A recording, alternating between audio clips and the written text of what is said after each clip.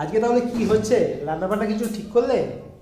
আজকে পোস্ত হবে। আজকে আমাদের বাড়িতে পোস্ত হবে, সকালবেলা গিন্নি পোস্ত নিয়ে এসছে, তো পোস্ত রান্না হবে। সোনার দামে পোস্ত এনেছি, সোনার দামে, দুদিন বাদে সোনার দামে বিক্রি হবে পোস্ত। তো দেখা যাক কি পোস্ত রান্না করে, কেমন হয়, টেস্টটা কি হয়। রান্না কি না না, একদম ভালো রান্না করে, পুরো একবারে ফাটাফাটি রান্না করে। তাহলে আজকে দেখি, অন্যদিন তো দেখতে পাই না, আজকে ছুটি আছে, আজকে দেখি কেমন হয় পোস্ত রান্না করে। মিক্সিতে বাটছি না, ঠিক আছে, শিলে বাটবো। ঠিক আছে, আমিও দেখবো, সবাই দেখবে কেমন রান্না করো। ঠিক আছে, ঠিক আছে, চলো তাহলে দেখা যাক কেমন পোস্ত খাওয়ায়। একদম। এই শিলের মধ্যে পোস্ত নিয়ে নিয়েছি, আর নিয়ে নিয়েছি কয়টা কাঁচা লঙ্কা। তো আজকে শিলে পোস্ত বেটে পোস্ত রান্না হবে। এটা কি দিলে? জল। জল দিয়েছে। জল এনে দাও, আর একটু জল লাগবে, দাও। সবাই মিলে পোস্ত রান্না করতে বসে গেছে, এই যে চলে এসছে, জল ঢালছে। ঢেলেছিস? কতটা ঢাল দি? ঠিক আছে, অল্পই আছে, অল্প আছে, হয়ে যাবে। ঠিক আছে, দেখা যাক কেমন পোস্ত হয়। কি করছো? আরে বাটা শুরু করছি না। জল দিলে কেন? জল না দিয়ে কে বাটে? জল দিতে হয় নাকি? কি কথা, জল না দিলে জিনিস বাটা যায়? জল দিয়ে পোস্ত বাটা হচ্ছে। আপনাদের বাড়িতে কি হয়, জল দিয়ে হয়? লোকে পাগল বলবে এমনি করে জিজ্ঞেস করলে, তবে রান্নার রও জানে। আমাকে পাগল বলবে বলছে। দেখা যাক কেমন পোস্ত বাটা হয়। কতবার বাটে রে ভাই? আরে একবার বাটলে হয় নাকি, দানা দানা থাকবে না, ভালো করে বাটতে হবে। সেকেন্ড রাউন্ড বাটা চলছে। সেকেন্ড না, এটা থার্ড রাউন্ড। থার্ড রাউন্ড বাটা চলছে। আমি তো আর পোক্ত হাতে মানুষ নই। শেষ? হ্যাঁ, বাটা শেষ। কতক্ষণ লাগলো? তুমি ঘড়ি দিয়ে বলো, 10-12 মিনিট লেগেছে হয়তো। 10-12 মিনিট ধরে পোস্ত বাটতে হয়। আপনারা কত মিনিট ধরে বাটেন? আমার ঠাকুমা অনেক কম সময় বাটতো, তা বলে যে ঠাকুমা নাক নিয়েও পারবে সেটা তো কথা না। খাওয়াটা এখন এখন এখন কি তুলছো? পোস্তটাই তুলছি এখন। পোস্ত তুলছে,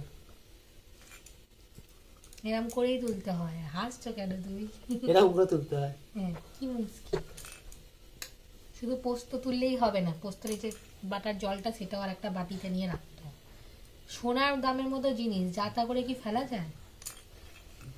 ঠিক আছে, দেখা যাক এরপর কি হয়। একদম। সোনার দামের পোস্ত, সোনার জল ধোয়া হচ্ছে এখন। ঠিক আছে, সোনার জল এরকম ভাবে ধোয়। সবার বাড়িতেই তাই করে, কি আপনারা করেন না বলুন? সত্যি কথা, করেন আপনারা? করেন? মধ্যবিত্ত আপামর বাঙালি এটাই করে। এই দেখুন, আমাদের আলু কাটা শুরু হয়ে গেছে, গিন্নি আলু কাটছে।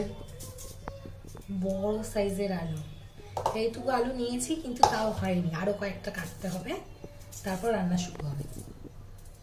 আপনারা আলু কিরকম ভাবে কাটেন? এরকম ভাবে ছাড়ান? না, অনেক বাড়িতে এরকম করে ছাড়ায়, কিন্তু অনেক বাড়িতে লম্বা লম্বা করেও ছাড়ায়। মানে আমি শুনেছি, আজ পর্যন্ত যত জায়গায় খেয়েছি তখন এরকম ডায়মন্ড শেপের, মানে এরকম ছোট ছোট শেপের আলুই খেয়েছি, কিন্তু আবার একজন দুজনের বাড়িতে লম্বা আলুও খেয়েছি। ওইরকম ভাবে আলু কাটলে কি লাভ? লাভ কি লোকসান জানি না, কিন্তু অনেকে কাটে। তবে কড়া বসে গেছে, দেখুন রান্না শুরু হয়ে গেছে। তা একটু বলো কি কি দিতে হয়, কি কি করতে হয়, আমার দর্শকেরাও জানো। আরে যা কি কি দিতে হয় তো সবাই জানে, নতুন করে বলার কিছু নেই। তবে হ্যাঁ, একটা সর্ষের তেলে রান্না করবো, তবে অনেকেই চাইলে সাদা তেলেও করে।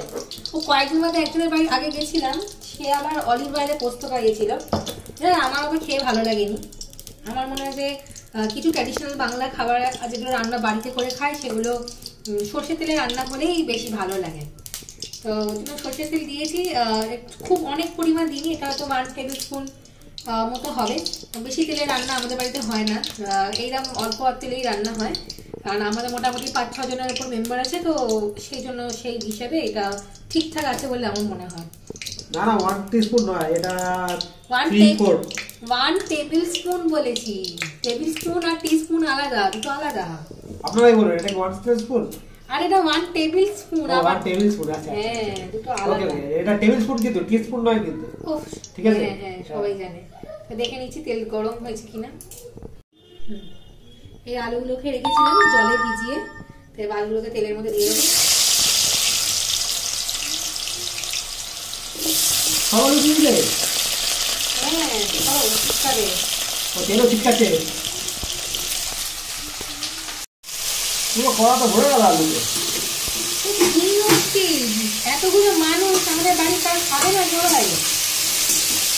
রান্নাটা ভালো হবে তো? বাজে হলেও তোমার কি অন্য জায়গায় খাওয়ার অপশন আছে? একটা বড় সাইজের টমেটো দেবো, এটা মানে অপশনাল, অনেকের বাড়িতে দেয় অনেকের বাড়িতে দেয় না, আমি দিই কারণ আমাদের ফ্যামিলির সবাই খেতে ভালোবাসে আর অবশ্যই টেস্ট একটু এনহ্যান্স করে। মনে হচ্ছে পোস্ত হবে না জানেন, মনে হচ্ছে টকে ভরে যাবে, টক পোস্ত মনে হচ্ছে। টক পোস্তই খাবে। আপনারা টমেটো দেন? টমেটো কি দেন? কমেন্ট করে জানাবেন তো যে পোস্ত আপনারা টমেটো দেন কি দেন না। ঠিক আছে, জানাবেন, অপেক্ষায় রইলাম। তাহলে এতটা টমেটো? এটা ছোট টিস্পুন নিয়েছি। এটা কি নুন? হ্যাঁ হ্যাঁ। চিনি না তো? না না, এটা নুনই। আর এটা আমি প্রথমে অনেকটা নুন একসঙ্গে দিই না, আমি তো বিশাল পাকা রাঁধুনি নই, তো সেই জন্য ফার্স্ট টাইম একটু দিই, তারপর আবার যদি লাগে তো সেই অনুযায়ী দিই, দিয়ে এবার এটা মেরে দেবো। দুধ দিয়ে নাড়তে হবে, হ্যাঁ বুঝলেন, দুধ দিয়ে নাড়তে হবে। চিনি দিয়ে কিছু নয়, নুন দিয়ে নাড়লে আলুটা তাড়াতাড়ি সেদ্ধ হয়, ভাজা ভালো হয়, সেই জন্য নুন দিয়ে ভাজা সবাই তাই করে। দেখেছেন আমার চিনি করতে জানে? আপনারা জানতেন?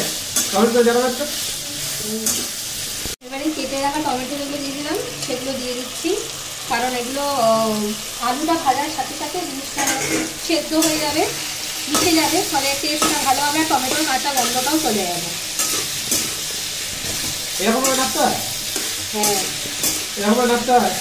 বেশি নাড়ার দরকার হয় না, একটু রেখে দিচ্ছি যাতে টমেটোটা সবগুলো সাথে স্প্রেড করে মিশে যাক, দ্যাটস অল। এবার নিজে নিজেই ভাজা হবে।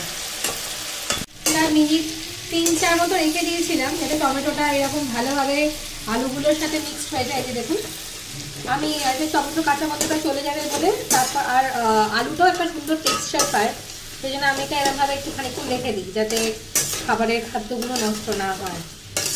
আচ্ছা, এইবার এর মধ্যে হলুদ, সামান্য পরিমাণ লঙ্কা গুঁড়ো দিয়ে আবার কষবো। হলুদ দিলাম, সেই বিখ্যাত আইসক্রিমের স্পুন,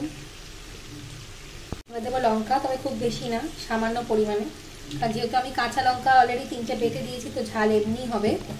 স্বাদ অনুসারে আপনারাও লঙ্কা দিয়ে দেবেন, দিয়ে এটাকে ভালো করে কষতে হবে যাতে মশলার কাঁচা গন্ধটাও চলে যায়। আচ্ছা, নুন হলুদ লঙ্কা দিয়ে কষার পরে সেই বিখ্যাত পোস্ত যেটা শিলে বাটলাম সেটাকে এবার দিয়ে দেবো তরকারিতে, আলুগুলোর মধ্যে, যাতে ভালোভাবে মিশিয়ে আবার একটু কষিয়ে নিতে পারি, সেই জন্য নাড়তে হবে। পোস্তগুলো কি এরকমভাবে মেখে যায়? হ্যাঁ, পোস্ত তো মাখা মাখাই খাও।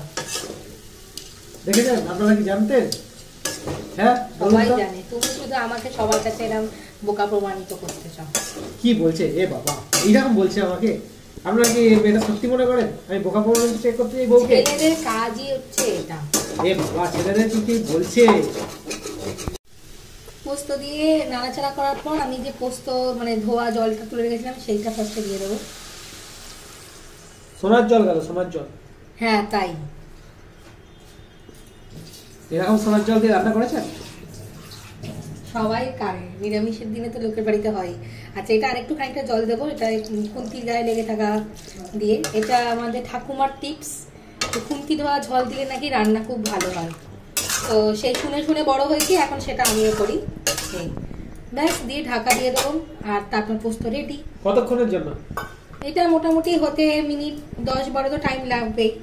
আর অনেকেই ঝোল পোস্ত খায়, আমার বাড়িতেও কিছু মানুষ মানে যেমন মামনি বাবা ওরা ঝোল পোস্ত খেতে ভালোবাসে, তো এটা খানিকটা ঝোল পোস্ত তুলে রাখবো, আর আমরা একটু ড্রাই পোস্ত খেতে ভালোবাসি, ওই জন্য একটু ড্রাই করে নামাবো। একই রান্নাতে দুরকম? একই রান্না দিয়ে দুরকম। বাহ, ঠিক আছে, দেখা যাক।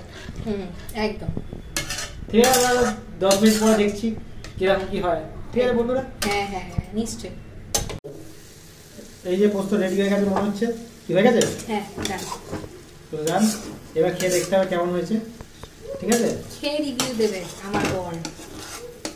আপনারা একটু বলবেন তো এইরকম রাত্রে কি ভালো পোস্ত হয়েছে? আপনারা একবার ট্রাই করে দেখুন তো বাড়িতে, আপনাদের ভালো লাগে কিনা, কেমন হয়। পুরোটা একটু দেখানো হয়েছে, কোনো কিছু মিস করিনি। ঠিক আছে, রান্না করে বলবেন কিন্তু, আর আমি টেস্ট করে আপনাদের বলছি, কড়াতে নামুক তাও বলছি কেমন করেছি। তরসয় নিও না, তরসয় নি। এই দেখুন কড়া থেকে চামচে করে তুলে খেয়ে দেখবে কেমন হয়েছে। নাও তোলো। কি গরম, গরম এত তো গরম খাওয়া হবে। যায়? একটু ওয়েট করতে হবে দাদা।